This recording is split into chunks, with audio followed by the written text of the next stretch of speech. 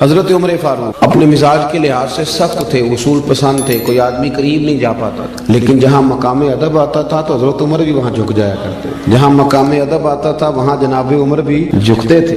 ایک دن نہ صحابہ کرام نے مسجد میں بیٹھ کے یہ میٹنگ کی کہ یار نبی رحمت علیہ السلام کے زمانہ مبارکہ میں تو بظاہر غربت تھی، حضرت ابوبکر صدیق کے دور میں بھی اسلام پر زیادہ وسعت نہیں ہوئی تھی، اب تو اللہ نے کھول دیا بڑا کچھ، اب تو لاکھوں کا مال آ رہا ہے، بے حساب دینار آ رہے ہیں، پر عمر فاروق کا کرتا وہی پھٹا پرانا، وہ بتا نا پیسے آ جائیں تو بال بھی مشورہ دین لا پہ کے بعد ہی دور بدل گیا، تو کہا جناب وہی پھٹا پرانا کرتا، اور پھر 50-50 ہزار دینار حضرت عمر کے حصے میں آئے ہیں۔ جب بدری صحابہ کو عائف ملے تو عمر مسجد سے نکلتے ہیں تو گھر جانے تک سارے پیسے بانٹ دیتے ہیں، تو عمر سے کہنا کرتا ہی بدل لے، یہ مسجد میں میٹنگ ہو گئی، طے ہو گیا، کہنا ہے جی کہنا ہے، کہنا چاہیے کہنا چاہیے۔ ایک صحابی بولے کہنے لگے کہنا تو چاہیے پر وہ شعر بھی بتاؤ جو عمر سے بات کرے گا، بندہ جو حضرت عمر سے بات کرے وہ بھی بتائیں۔ تو صحابہ کہنے لگے ایک بندہ ہے وہ کہیں گے تو عمر مان جائیں گے، وہ کون ہے؟ مولا علی شیر خدا رحم اللہ تعالی جہ الکریم، ان کی بڑی قربتیں ہیں آپس میں، بڑا پیار ہے، علی کہیں گے تو عمر مان جائیں گے۔ ٹھیک ہو کہ جناب مولا علی شیر خدا سے عرض کی کہ آپ حضرت عمر سے کہیں کہ کرتا بدل لیں۔ حضرت علی کہنے لگے بات تمہاری ٹھیک ہے، اور یہ بھی ٹھیک ہے کہ عمر میرا بڑا حیا کرتے ہیں، اور یہ بھی ٹھیک ہے کہ جیسے میں کہوں گا ویسے وہ کر لیں گے، اور کوئی اور بات ہوتی تو میں کہہ دیتا، یہ والی بات میں نے بھی کوئی نہیں کہنی کہ میں عمر کی طبیعت کو، مزاج کو، کہ میں جانتا ہوں روح کی غذا کیا ہے، یہ نہیں میں نے بات کرنا۔ انہوں نے کہا جی پھر کیا مطلب ہوا کہ عمر فاروق سے کوئی بات کر ہی نہیں سکتا؟ تو حضرت علی کہنے لگے ایسی بھی بات کوئی نہیں، میں تمہیں ایک ہستی بتاتا ہوں، وہ جیسے کہیں گی عمر ویسے کریں گے۔ کہا وہ کون؟ جناب علی کہنے لگے سیدہ عائشہ صدیقہ۔ حضرت عائشہ صدیقہ ام المومنین ہے، مومنوں کی ماں ہے، وہ جیسے کہیں گی عمر ویسے ہی کریں گے۔ دیکھیں نا حضرت عمر فاروق امیر المومنین ہے، ویسے بھی عمر میں بڑے تھے سیدہ عائشہ صدیقہ سے، لیکن پیغام گیا حضرت عائشہ کا، صحابہ نے جا کر حضرت عائشہ صدیقہ سے کہا کہ آپ بات کریں، تو آپ نے پیغام بھیجا، فرمایا بالکل کہنا چاہیے عمر سے کہ کرتا بدل لے، ویسے بھی سرکار دو عالم علیہ السلام کا فرمان موجود ہے کہ اللہ تعالیٰ نعمت دے تو اس کا اثر دیکھنا پسند کرتا ہے، تو کہنا چاہیے۔ کہتے ہیں جناب عائشہ صدیقہ رضی اللہ تعالیٰ عنہ نے پیغام بھیجا، حضرت عمر کو کیسر و کسرا کے بادشاہ بلاتے تھے تو فرماتے تھے جاؤ دوڑ جاؤ، میرے پاس ٹائم نہیں، لیکن جناب عائشہ صدیقہ کا جب پیغام گیا تو حضرت عمر نے 1 منٹ نہیں لگایا، تو یار ضروری ہے کہ ہر جگہ گردن اکڑ کے بندہ چلے، 1 منٹ میں پہنچے۔ حضرت انس بن مالک کہتے میں دیکھ رہا تھا پردے کے پیچھے اتحیات کی حالت میں بیٹھ کہنے لگے اماں جی حکم ہو میرے لیے، حکم ہو مجھے فرمایا جائے، میں حاضر ہو، دیر تو نہیں کی۔ تو جناب عائشہ صدیقہ رضی اللہ تعالیٰ عنہ کہنے لگی نہیں آپ وقت پہ آئے، تو فرمانے لگے میں تو بڑا خوش قسمت ہوں نا، مجھے نبی پاک کے گھر سے پیغام گیا۔ ہمارا نا آہستہ آہستہ رویہ آہستہ آہستہ لوگوں کا خراب ہوتا جاتا ہے، ہم اپنی مرضی سے بولتے ہیں، اپنی مرضی سے چلتے ہیں، ہمارا طریقہ کار، اور کچھ ادب سکھانے والے وہ بھی بڑے انوکھے ہیں، انہوں نے ادب سکھایا مریدوں کو، پر یہ کہا ہے کہ صرف میرا ہی کرنا، اس کے علاوہ کسی اور کا، یہ بھی بہت بڑا رٹا ہے، ادب کرنا تو صرف میرا کرنا، یہ تو آپ نے قید کر دیا لوگوں کو، یہ آپ نے ادب نہیں سکھایا، یہ تو آپ نے اپنا طواف کرنے کا طریقہ بتلایا۔ حضرت عمر فاروق حاضر خدمت ہیں، اتحیات کی حالت میں بیٹھے ہیں، جناب عائشہ صدیقہ رضی اللہ تعالیٰ عنہ فرمانے لگی اے عمر فاروق صحابہ کی خواہش ہے کہ آپ نیا کرتا پہنے، بڑے بڑے سفیر وزیر آپ سے ملنے آتے ہیں۔ حضرت عمر نے گردن جھکا دی کہ اماں جی جیسے حکم ہوگا میں کروں گا، آپ حکم کرے میں کرتا ہوں۔ جناب سیدہ عائشہ صدیقہ رضی اللہ تعالیٰ عنہ نے کہا کہ ٹھیک ہے آپ کل نیا کرتا بنوا کے پہنے، اماں جی ٹھیک ہے، ایک بات کرنے کی اجازت ہے؟ جناب عائشہ صدیقہ رضی اللہ تعالیٰ عنہ فرمانے لگی کیجئے۔ حضرت عمر فرمانے لگے اماں جی یہ جو میں نے کرتا پہنا ہوا ہے نا جس کو پیوند لگے ہوئے ہیں، یہ میں حضور کے زمانے میں بھی پہنتا تھا، یہ میں ابو بکر صدیق کے زمانے میں بھی پہنتا تھا، اسی حال میں ان کے ساتھ رہا، میں نے اسی طرح ان کے ساتھ وقت گزارا، یہی میرا انداز رہا، اور اسی طرح ہم اکٹھے بیٹھتے تھے، یہ میری یادیں ہیں، یہ میرا رنگ ہے، یہ میرا اصل کچا رنگ للاری والا جڑا چڑھدا لیندا رہندا، عشق تیرے دا رنگ محمد چڑھ جائے پھر نہیں لیندا، یہ میرا اصل ہے، اگر مجھے اجازت دے دی جائے تو نظر ایک ویسے کروں گا میں وہی جو آپ حکم کریں گی۔ جناب عائشہ نے جب یہ بات سنی تو رو پڑی، پلو بھیگ گیا آنسوؤں سے، کہنے لگی عمر آپ جائیں جیسے آپ کا دل کرے آپ کریں، پر ایک بات میری سمجھ میں آ گئی ہے رب نے آپ کو بڑا ہی ادب عطا کیا، آپ بڑے اکرام والے، یقین کریں لوگوں کا بڑا دعویٰ ہے نا ادب کرنے کا، ان کے بھی جملوں سے ادب نظر آتا ہے، عمل سے ادب نظر نہیں آتا، وہ پہلے اینک لگاتے ہیں اچھی طرح تنقید کی، اچھی طرح اوپر سے لے کر نیچے تک بندہ پرکھتے ہیں کہ اگر کوئی کمزوری نظر آ گئی ہے تو پہلے میں بچ جاؤں، قریب نہ مجھے جانا پڑے، تنقید کروں، پہلے وہ اینک لگاتے ہیں، اور پھر بھی اگر کوئی ان کی پہنچ پہ پورا اتر ہی آئے تو پھر بھی جو ان کا انداز ہے وہ انداز بتاتا نہیں کہ ان کے اندر ادب ہے، تھوڑا سا ترک ہوتا ہے، تھوڑی احتیاط ہوتی ہے، تھوڑا ایک سلیقہ ہوتا ہے، اور اب کرنے میں، چلنے میں، اٹھنے میں حضرت امام مالک رحمۃ اللہ تعالی علیہ کے دروازے پہ کوئی آ کے دستک دیتا تو آپ فرماتے جب پوچھو کو فقہی مسئلہ پوچھنے آیا یا حدیث پاک سننے آیا؟ تو لوگ جا کے پوچھتے عرض کرتے حضور وہ کہتا ہے میں نے نبی پاک علیہ السلام کی حدیث سننی ہے۔ تو امام مالک اٹھتے،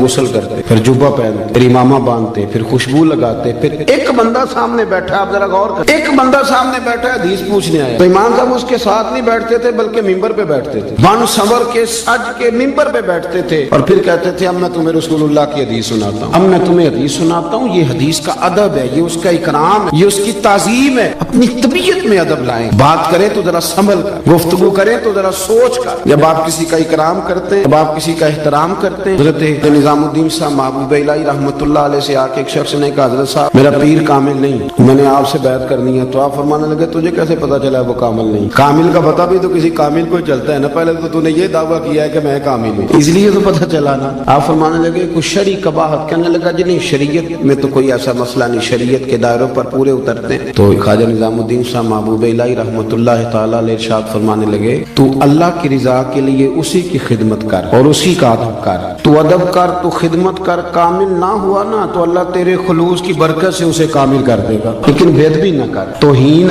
نہ کر کبھی۔ ہاں تو نا شروع میں کہا اہل حق بھی بٹ گئے، ہم اپنے ماننے والوں کو یہ تربیت کرتے ہیں کہ کسی اور کی تعظیم بالکل نہ کرنا، میری کرنا، بڑے بڑے بہانوں سے، یہ طریقہ درست نہیں، یہ تو آپ بے ادبی کو پروموٹ کر رہے ہیں۔ ادب کرے، اکرام کرے، ہمیں کیا لگے، ہم نے تو ادب کرنا ہے کہ بندہ نبی پاک کے مصلی پہ کھڑا ہے، ہم نے تو ادب کرنا ہے وہ نبی پاک کے ممبر پہ بیٹھا ہے۔ بندہ دیکھنا کوئی ضروری تو نہیں نا، نسبت دیکھنی ہے، نسبت دیکھنی ہے، نسبت۔ وہ اب نا ایک اور بھی بحث ہونے لگی ہے، فلانا سید ہے اور فلانا سید ہے، میں کہ اللہ اللہ تیرے کو صاحب پوچھنا ابھی صاحب کر کے دس کیڑا ہے تے کیڑا نہیں۔ میرے اعلیٰ حضرت بریلوی رحمۃ اللہ نے لکھا ہے جو کہتا ہے نا میں سید ہوں اس کا ادب کرو، میں اللہ ادب کرنے کا اجر عطا کرے گا۔ تمہیں بحث کرنے کی بھلا کیوں ضرورت پیش آئی؟ تم نے تھرمامیٹر پکڑا، لوگوں کو چیک کرتے پھرتے ہو۔ ادب کرے، اکرام کرے، اس سے آپ کا وقار بڑھے۔ حضرت خواجہ قمر الدین سیالوی رحمۃ اللہ، شیخ الاسلام رحمۃ اللہ نے پنڈی کے علاقے میں تشریف لے گئے تھے تو وہاں نا ایک شاہ جی تھے، وہ بڑی خوبصورت تلاوت کرتے تھے، بڑا سونا قرآن شریف پڑھتے تھے۔ حضرت جب جاتے تھے تو ان کے پیچھے نماز پڑھتے تھے، بزرگ عالم تھے تو ان کے پیچھے نماز پڑھی، کچھ اور علماء بھی ساتھ تھے، ان کے پیچھے جب نماز پڑھی تو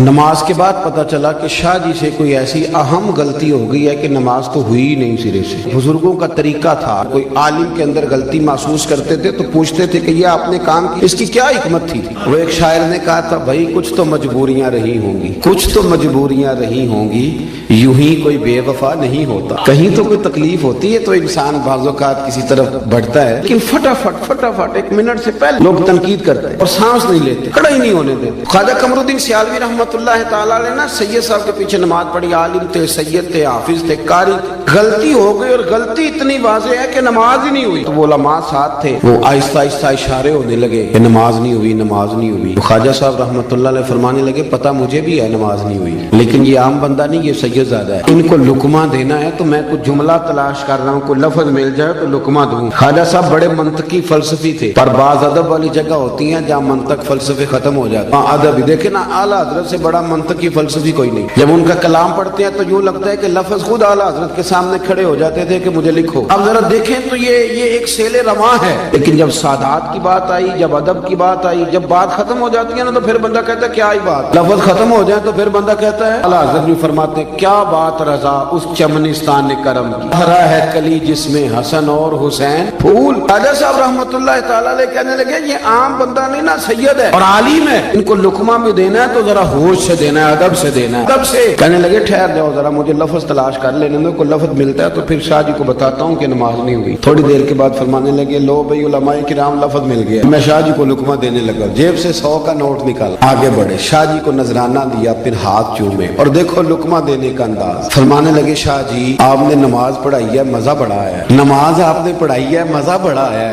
یہی نماز ایک دفعہ دوبارہ نہیں پڑھا دیتے؟ مزہ بڑا آیا، ذرا یہی نماز ایک دفعہ دوبارہ نہیں پڑھا دیتے؟ شاہ جی بڑے سیانے تھے، کہنے لگے لگ رہا تھا مجھے کہ نماز نہیں ہوئی، کہ چلے آپ نے بتایا تو میں سمجھ گیا ہوں، آپ نے مسئلہ بھی بتا دیا ہے اور ادب بھی قائم رکھا ہے، بے ادبی نہ کرے، توہین نہ کرے۔ دیکھیں نا، آپ ایک لفظ کہہ کے گھر چلے جاتے ہیں پر وہ لفظ زبان سے نکلتا ہے دوبارہ واپس نہیں آتا، تھوڑا سوچ کے بولے۔ الحمدللہ الحمدللہ رب العالمین والعاقبۃ للمتقین والصلاة والسلام علی اشرف الانبیاء والمرسلین اما بعد اعوذ باللہ من الشیطان الرجیم بسم اللہ الرحمن الرحیم فإن مع العسر يسرا إن مع العسر يسرا صدق اللہ العظیم وصدق رسولنا بلاغ المبین ونحن على ذلك لمن الشاہدین والشاکرین والحمد للہ رب العالمین ان اللہ وملائکتہ یصلون علی النبی یا ایہا الذین آمنوا صلوا علیہ وسلموا تسلیما الصلاة والسلام علیک یا سیدی یا رسول اللہ وعلی آلک واصحابک یا سیدی یا حبیب اللہ اللہم صلی علی سیدنا و مولانا محمد معدن الجود والکرم وآلہ وصحبہ وبارک وسلم۔ حمد و صلاة کے بعد عزیز دوستو، اللہ تبارک و تعالیٰ کے محبوب علیہ الصلاۃ والسلام نے فرمایا ہے کہ اللہ کریم نے جنت کو مشکلات سے ڈھانپ دیا ہے۔ جو مشکل کام ہیں وہ آدمی کو جنت میں لے کے جائیں گے، اور جہنم کو اللہ تعالیٰ نے خواہشات سے ڈھانپ دیا ہے، جن چیزوں میں نفس کو لذت حاصل ہوتی ہے اور انسان کی خواہشات تکمیل پذیر ہوتی ہیں، وہ دوزخیوں کے کام ہیں۔ بخاری مسلم میں لفظ ہیں حجبت النار بالشہوات وحجبت الجنت بالمکارہ او کما قال صلی اللہ علیہ وسلم۔ تکلیف انسان کے ساتھ رہتی ہے، اس کا روپ بدلتا ہے، عنوان بدلتا ہے، لیکن پس منظر تکلیف کا ہمیشہ رہتا ہی ہے۔ انسان کے دکھوں کے نام بدلتے ہیں۔ کبھی دکھ یہ ہوتا ہے کہ اولاد کوئی نہیں، اور ہونے کے بعد کبھی کبھی یہ دکھ بھی آ جاتا ہے کہ یہ تندرست کیوں نہیں، اور اگر اللہ تعالیٰ صحت دے دے تو پھر کبھی کبھی یہ پریشانی لاحق ہو جاتی ہے کہ یہ تعلیم کیوں نہیں حاصل کر پا رہی، اور اگر وہ سارا کچھ بن سور کے زندگی کامیاب گزارے لیکن اپنی شادی کے بعد، اپنی دولت کے بعد، اپنی نوکری کے بعد اگر پلٹ کر باپ کی طرف نہ دیکھے اور رات کو واپس آئے ڈیوٹی سے تو ماں کے کمرے کے آگے سے چپکے سے گزر جائے، وہ جو تکلیف ہوتی ہے وہ سارے دکھوں سے زیادہ سخت ہوتی ہے۔ باغ تیرے دی کر کر راکھی میں ساری عمر گزاری، تو جدوں میں باغ پکن تے آیا تے لے گئے اور بپاری، پھر اور تکلیف ہوتی ہے۔ دکھ کا رنگ بدلتا ہے لیکن دکھ آدمی کے ساتھ رہتے ہیں۔ اور یہ مت سمجھا کریں کہ جو آدمی بڑا امیر ہے، بڑا مالدار ہے، صاحب جائیداد ہے، وہ سکھی ہے۔ پلٹ کے کبھی پوچھیں تو صحیح اس سے، اس کے حالات کس طرح کے ہیں۔ تکلیف انسان کے ساتھ رہتی ہے۔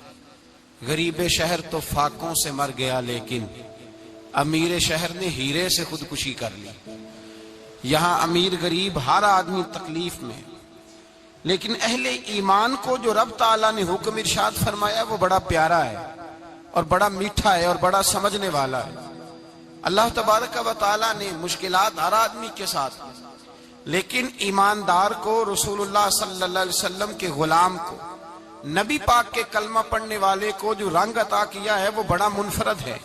فرمایا فَإِنَّ مَعَ الْعُسْرِ يُسْرًا، بے شک میں نے ہر مشکل کے ساتھ آسانی رکھی ہوئی ہے۔ پھر فرمایا اِنَّ مَعَ الْعُسْرِ يُسْرًا، بے شک ہر مشکل کے ساتھ آسانی ہے۔ ہر مشکل کے ساتھ، بولیے گا ذرا، ہر مشکل کے ساتھ، اللہ نے ہر مشکل کے ساتھ، اور یہاں چونکہ 2 دفعہ ذکر کیا گیا کہ ہر مشکل کے ساتھ آسانی ہے، تو مفسرین کرام فرماتے ہیں رب فرما رہا ہے اگر میں تجھے 1 مشکل دوں گا تو 2 آسانیاں عطا کروں گا۔ اگر 1 مشکل آئے گی تو کتنی آسانیاں ملیں گی؟ 2 آسانیاں دوں گا اگر 1 مشکل آئے۔ انسان کو جو مشکلات آتی ہیں نا، اگر کسی شخص کو پتہ چل دے نا کہ یہ سامنے والا پل میں نے گزرنا ہے تو اس پار میری اپنی جائیداد شروع ہو جائے گی، تو وہ پل گزرنا اس کے لیے مشکل نہیں رہتا۔ اگر کسی کو پتہ چل جائے کہ بس یہ 2 سڑکیں ہیں میں نے عبور کرنی ہے، پھر میرے لیے سفر آسان ہو جائے گا، تو وہ جھٹ پٹ گزر جاتا ہے، نہ دھوپ دیکھتا ہے، نہ تھکاوٹ دیکھتا ہے، نہ رش دیکھتا ہے، نہ گاڑیوں کی ریل پیل دیکھتا ہے، گزر جاتا ہے۔ اللہ کریم نے فرمایا بندہ مومن جان لے اگر میں تجھے 1 مشکل دوں گا تو میں تجھے کتنی آسانیاں، چلے سارے بول دیں، کتنی جی؟ کتنی اللہ تعالیٰ آسانیاں دے گا؟ 2 آسانی۔ ہم لوگ اچھا جب ہمارا ذہن بن جاتا ہے نا کمزوری کا، ہمارا جب مزاج بن جاتا ہے مایوسی کا، پھر معاملہ ذرا ہمارے لیے گمبھیر ہو جاتا ہے۔ اگر ہم یہ ذہن بنائے نا کہ مشکل میرے اللہ کی طرف سے آئی ہے تو وہ مجھے آسانی بھی ضرور عطا کرے گا، تو پھر اللہ ضرور ہی آسانیاں عطا فرماتا ہے۔ اور جو مشکلات زندگی میں آتی ہیں نا، حضرت مولا علی شیر خدا رضی اللہ تعالیٰ عنہ کا بڑا خوبصورت فرمان ہے۔ حضرت علی فرماتے ہیں جب تجھے مشکل آتی ہے تو وہ تجھے رب کا پتہ بتانے آتی ہے، وہ تجھے اللہ کا پتہ بتاتی ہے۔ اس لیے کہ جب تو سارے اسباب کر لیتا ہے، جو ضرورت ہوتی ہے پوری کرتا ہے، تندرست ہو کے وہ کام کرتا ہے، پھر بھی کام نہیں ہوتا، تو اس کا مطلب ہے کرنے والا تو نہیں، کرنے والا کوئی اور ہے جو کام کرنے والا، کوئی اور ہے۔ تو عزیز بھائی یاد رکھیں، ہر مشکل کے ساتھ اللہ نے آسانی رکھی ہوتی ہے۔ اگر اللہ تبارک و تعالیٰ بیماری عطا کرے تو اس کے ساتھ اللہ پھر جو تندرستی دیتا ہے وہ بھی بڑی اعلیٰ ہی عطا فرماتا ہے۔ اگر اللہ کبھی غربت دے تو پھر اس کے بعد جو اللہ تعالیٰ آسانی دیتا ہے وہ بھی بڑی اعلیٰ ہی عطا فرماتا ہے۔ اگر کہیں سے آپ کو دکھ ملتے ہیں تو پھر جب سکھوں کا وقت آتا ہے تو پھر گنے نہیں جاتے۔ یاد رکھیں مشکلات کے پہلو میں آسانیاں ہوتی ہیں، اور جس آدمی کو مشکل آتی نہیں، میرے نبی کریم سید عالم صلی اللہ علیہ وسلم نے فرمایا مومن کو جو مشکل بھی آتی ہے اللہ اس کی برکت سے اس کے گناہوں کو معاف فرما دیتا ہے، اللہ اس کی برکت سے اس کے گناہوں کو معاف کرتا ہے۔ یہاں تک کہ حضور نے فرمایا میرے مومن کو کانٹا بھی چبھے تو اللہ تعالیٰ اس کی مشکل کو آسان فرما دیتا ہے۔ عقل مند لوگ عقل والے ہوتے ہیں، سیانے بندے وہ بات کرتے ہیں تو سیانی کر جاتے ہیں۔ اب قرآن مجید میں مختلف آیات ہیں تو مختلف لوگ مختلف آیات کو پڑھتے ہیں۔ کسی نے مولا علی شیر خدا سے پوچھا حضرت قرآن پاک کی سب سے اعلیٰ آیت کون سی ہے؟ سب سے قرآن مجید میں ہر لفظ ہی اعلیٰ ہے، ہر حرف ہی، ہر لفظ ہی، کیا بات ہے، ذالک الکتاب لا ریب فیہ، ہر بات اعلیٰ۔ لیکن حضرت علی سے پوچھا کہ آپ کے نزدیک کون سی آیت اعلیٰ ہے، تو ذرا غور کرنا، شیر کی بات تو شیروں جیسی۔ مولا علی فرمانے لگے قرآن مجید میں اللہ فرماتا ہے وما اصابکم من مصیبت فبما کسبت ایدیکم، فرمایا تمہیں دنیا میں جو بھی مصیبت آتی ہے تمہارے ہاتھوں کے کرتوتوں کی وجہ سے آتی ہے، ویعفو عن کثیر، بہت ساری تمہیں معاف کر دیتا ہوں۔ تو حضرت علی کہنے لگے یہ سب سے اعلیٰ آیت ہے میری نظر میں۔ لوگ کہنے لگے حضور ہم تو سمجھے تھے کہ شفاعت والی آیت کو آپ اعلیٰ کہیں گے، یا جو اللہ کہتا ہے لا تقنطوا من رحمت اللہ اس کو آپ اعلیٰ کہیں گے، تو آپ اس آیت کو اعلیٰ کہہ رہے ہیں کہ تمہیں جو تکلیف آتی ہے تمہاری اپنے ہاتھ کی کمائی کے سبب سے آتی ہے، اس کو آپ اعلیٰ کہہ رہے ہیں۔ تو حضرت علی رضی اللہ تعالیٰ عنہ فرمانے لگے میرے بھائیو ذرا غور کر کے اس آیت کو پڑھو۔ رب فرماتے ہیں تم جو غلط حرکت کرتے ہو اس کی سزا دنیا میں تمہیں کسی مشکل میں ڈال دیتا ہوں اور بہت ساری ویسے ہی معاف کر دیتا ہوں۔ فرمایا رب کہہ رہا ہے میں تمہیں دنیا میں مشکل میں ڈال کے معاف کرتا ہوں۔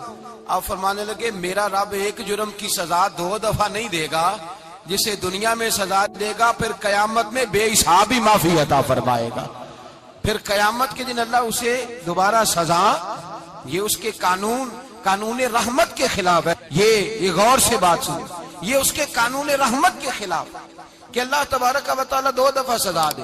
تو اگر اس نے دنیا میں سزا دے لی تو اس کا مطلب ہے قیامت میں دوبارہ سزا، تو یہ سب سے اعلیٰ ہے۔ مصطفیٰ کریم علیہ السلام نے فرمایا مومن کو کانٹا بھی چبھتا ہے نا، کانٹا بھی۔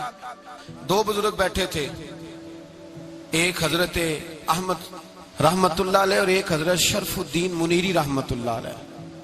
تو حضرت شرف الدین منیری کہنے لگے کہ دوست اصل میں وہ ہوتا ہے جو دوست کی طرف سے آنے والی تکلیف پر صبر کرے،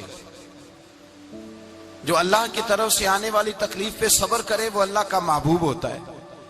تو حضرت احمد فرمانے لگے نہیں مجھے تیری بات کی سمجھ کوئی نہیں آئی، صبر کرے وہ اللہ کا دوست ہے، مصیبت پہ صبر کرے۔ تو کہا جناب پھر اگر نہیں سمجھ آئی تو آپ بتا دیں اللہ کا دوست کون ہے؟ تو آپ فرمانے لگے جو محبوب کی طرف سے آنے والی مصیبت کو اس کا تحفہ سمجھ کے قبول کرے وہ اصل دوست ہوتا ہے۔ اس کا تحفہ سمجھ کے قبول کرے، اپنے رب کا تحفہ سمجھے، مالک کا تحفہ سمجھے کہ اس نے مجھے تحفہ دیا ہے، مجھے کسی مشکل میں ڈالا ہے۔ تو رب کریم بلا مثال و بلا تشبیہ سمجھانے کے لیے اللہ جب کسی کو مشکل میں ڈالتا ہے، کافروں کو تو اس نے موجیں کرائی ہوئی ہیں، بڑی بڑی سہولتیں دی ہوئی ہیں، مشکل میں ڈب بھی ڈالتا ہے اپنے نیک بندوں کو ہی ڈالتا ہے۔ نمرود اور فرعون کے پیروں میں کانٹا بھی نہیں چبھتا تھا، ان کو تکلیف نہیں آتی۔ تکلیف کسے آتی تھی؟ اللہ کے نیک بندوں کو تکلیف آتی تھی۔ حضرت رابعہ بصریہ جب تک زندہ رہی تب تک بیمار رہی، جس دن طبیعت ٹھیک ہوتی تو کہتی اے اللہ تو کہیں مجھ سے ناراض تو نہیں ہو گیا، تو کہیں ناراض تو نہیں مولا، مولا جب تو مجھے تکلیف دیتا ہے تو میں رو کے تیری عبادت کرتی، جب مجھے دکھ ہوتے ہیں تو میں سجدے میں تڑپتی، اور خدا بندہ اب تو میں سکھی ہوں، موج میں ہوں، مجھے رونا ہی نہیں آ رہا، تو خدا بندہ تو کہیں ناراض تو نہیں ہو گیا مجھ سے؟ دکھ تو اچھے ہوتے ہیں، دکھ تو پیارے ہوتے ہیں، اور دکھوں کے بعد جو اللہ آسانی دیتا ہے اس آسانی کا پھر کیا ہی کہنا۔